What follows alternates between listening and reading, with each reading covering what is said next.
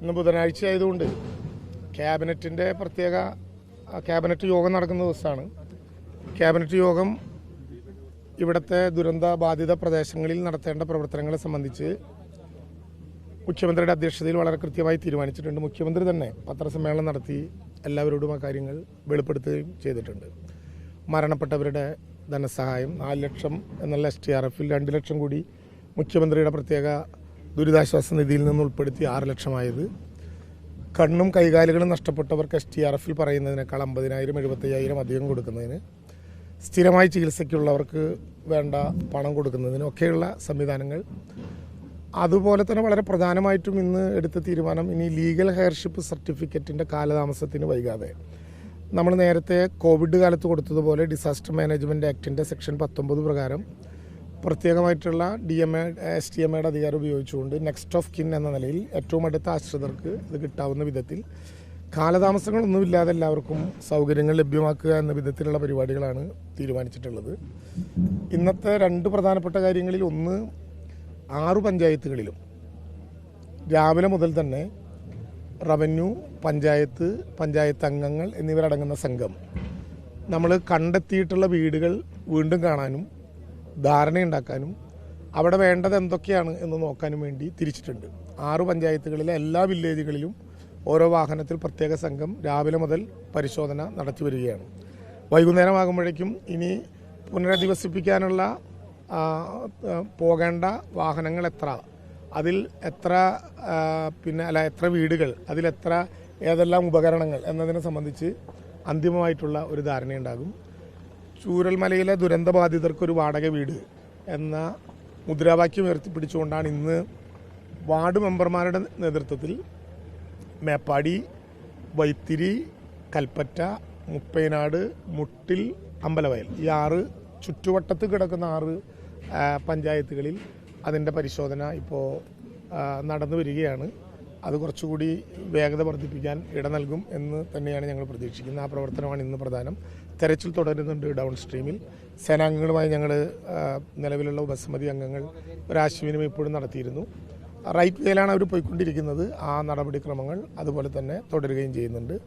ദുരിതാശ്വാസ പ്രവർത്തനങ്ങളുടെ ഭാഗമായി സർക്കാർ പ്രഖ്യാപിച്ച ധനസഹായം വേഗതയിൽ ലഭ്യമാകുന്നതിന് വേണ്ടി എല്ലാവരുടെയും അക്കൗണ്ട് നമ്പറുകൾ സംഘടിപ്പിച്ച് അക്കൗണ്ട് നമ്പറുകൾ വീണ്ടും വെരിഫൈ ചെയ്ത് ആ പ്രവർത്തനം വേഗതയിലാക്കിയിട്ടുണ്ട്. അസിസ്റ്റന്റ് കളക്ടർ ഗൗതം അതിൻ്റെ പ്രത്യേക ചുമതല ഏൽപ്പിച്ച് അദ്ദേഹത്തിൻ്റെ നേതൃത്വത്തിൽ താലൂക്കിൽ തന്നെ ഗൗതം IAS കേന്ദ്രീകരിച്ചുകൊണ്ട് ആ പ്രവർത്തനങ്ങൾക്ക് ഇപ്പോൾ നേതൃത്വപരമായി പങ്കുവയ്ക്കുന്നുണ്ട്. അന്തിമ ധാരണ എന്ന് നമുക്ക് പറയാനാവില്ല. ഇന്ന് ധാരണയിലെത്താം. ഒരു നല്ല നമ്പർ ഇന്ന് ധാരണയിലാക്കാം. വാടക വീടും സർക്കാർ ക്വാർട്ടേഴ്സുകളും. ഒരു കാര്യത്തിൽ കൂടി ഒരു ഉറപ്പുണ്ടായി. അത് നേരത്തെ മുതലേ ഞാൻ പറഞ്ഞുകൊണ്ടിരിക്കുന്നതാണ്, ഞങ്ങളെല്ലാവരും പറഞ്ഞുകൊണ്ടിരിക്കുന്നതാണ്. ദുരന്തബാധിതരായിട്ടുള്ള എല്ലാവർക്കും ക്യാമ്പിൽ വന്നാലും ഇല്ലെങ്കിലും സ്ഥായിയായി പുനരധിവാസത്തിൻ്റെ സാധ്യതയിൽ ഉൾപ്പെടും. ദുരന്തബാധിതർക്ക് വാടക വീടുകളിൽ എന്നുള്ളതിൻ്റെ ഒപ്പം തന്നെ ബന്ധുവീടുകളിൽ പോകാൻ തയ്യാറായി നിൽക്കുന്നുണ്ട്.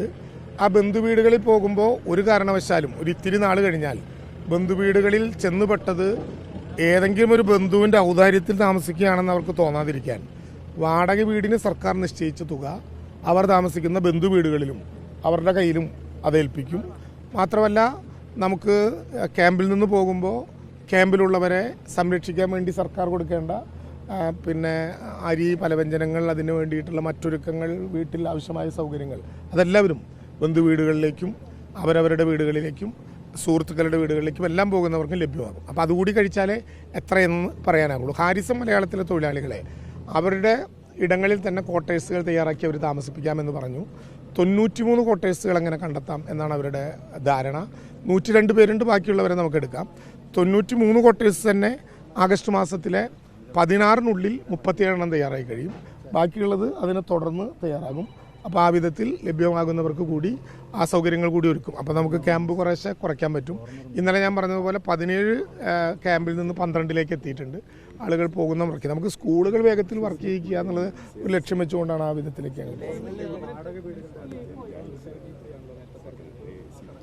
അല്ല, ഞാൻ പറഞ്ഞത് കണ്ടെത്തിയ വാടക വീടുകളുടെ എണ്ണമാണത്. അതിൽ ചില നെഗോഷിയേഷനുകൾ വേണ്ടി വരും. ചിലർക്ക് ആ ധാരണ ഉറപ്പിക്കുമ്പോൾ ചിലതെണ്ണം കൂടും, ചിലതെണ്ണം കുറയും. ഇന്ന് വൈകുന്നേരത്തോടു കൂടി ഏതാണ്ട് ആ വിധത്തിലൊരു കണക്ക് നമുക്ക് തയ്യാറാക്കാം.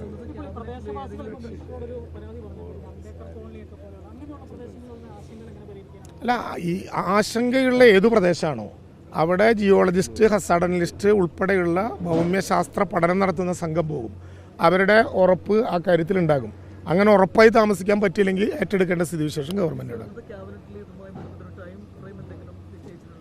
ക്യാബിനറ്റ് പൊതുവായി ഇതിന് നേതൃത്വം നൽകിയല്ലേ, അതുപോലെ പ്രവർത്തിക്കാൻ ഉപസമിതി കൂടെ ഉണ്ടല്ലോ. അത് ഞങ്ങൾ ടൈം തീരുമാനിച്ചു പോകുന്നുണ്ട്. ആഗസ്റ്റ് മാസത്തിൽ താൽക്കാലിക പുനരധിവാസം എന്ന പ്രക്രിയ തീർക്കാവുന്ന വിധത്തിലാണ് ഞങ്ങൾ ആലോചിച്ചിട്ടുള്ളത്. ആഗസ്റ്റ് 30 തീരുമാനിച്ചു. അല്ല, ഇന്നലെ പറഞ്ഞല്ലോ, നമ്മൾ ഇന്നലെ പറഞ്ഞു, കൃത്യതയോടുകൂടി പറഞ്ഞു. 401 ബലം ഇന്നലെ വൈകുന്നേരത്തോടു കൂടി കിട്ടി. അതിൽ 194 ഇൻഡിവിജ്വൽ പാർട്സാണ്. അതിന് പുറമെ ബാക്കി വന്ന 155 ശരീരഭാഗങ്ങളിൽ നിന്ന് 54 പേരുടേതാണ് എന്ന് തിരിച്ചറിഞ്ഞിട്ടുണ്ട്. അതടക്കം 248 പേരാണ് ഇപ്പോൾ റെക്കോർഡിൽ വന്നിട്ടുള്ളത്. 52 എണ്ണം ഡീകമ്പോസ്ഡ് ആയതുകൊണ്ട് നമുക്ക് ഇവിടെ പരിശോധിച്ച് പൂർത്തീകരിക്കാനായിട്ടില്ല. രണ്ടാമത്തേത്, നമുക്കിപ്പോൾ 118 ആളുകളെയാണ് മിസ്സിംഗ് കേസുകളായി നമ്മൾ കണ്ടത്. അതിൽ 3 പേർ ബീഹാർ സ്വദേശികളാണ്. അവരുടെ രക്തബന്ധുക്കൾ ഇവിടെ എത്തിച്ചേരണമെങ്കിൽ 20-ാം തീയതി ആകും. അതൊഴിച്ച് ബാക്കി 115 മിസ്സിംഗ് കേസുകളുടെയും രക്തസാമ്പിളുകൾ ഇന്നലേക്ക് മുമ്പ് തന്നെ തയ്യാറാക്കി അത് കണ്ണൂരിലേക്ക് അയച്ചു കൊടുത്തിട്ടുണ്ട്. ഇന്നലെ തന്നെ ക്രോസ് മാച്ചിങ് നടപടികൾ ആരംഭിച്ചിട്ടുണ്ട്. ഈ 248 കൂട്ടത്തിൽ അതുകൂടി ക്രോസ് മാച്ച് ചെയ്യുമ്പോഴാണ് കാണാതായ 118 പേരിൽ എത്ര പേർ ഇതിനകത്തുണ്ട് എന്ന് നമുക്ക് ബോധ്യപ്പെടാൻ കഴിയും.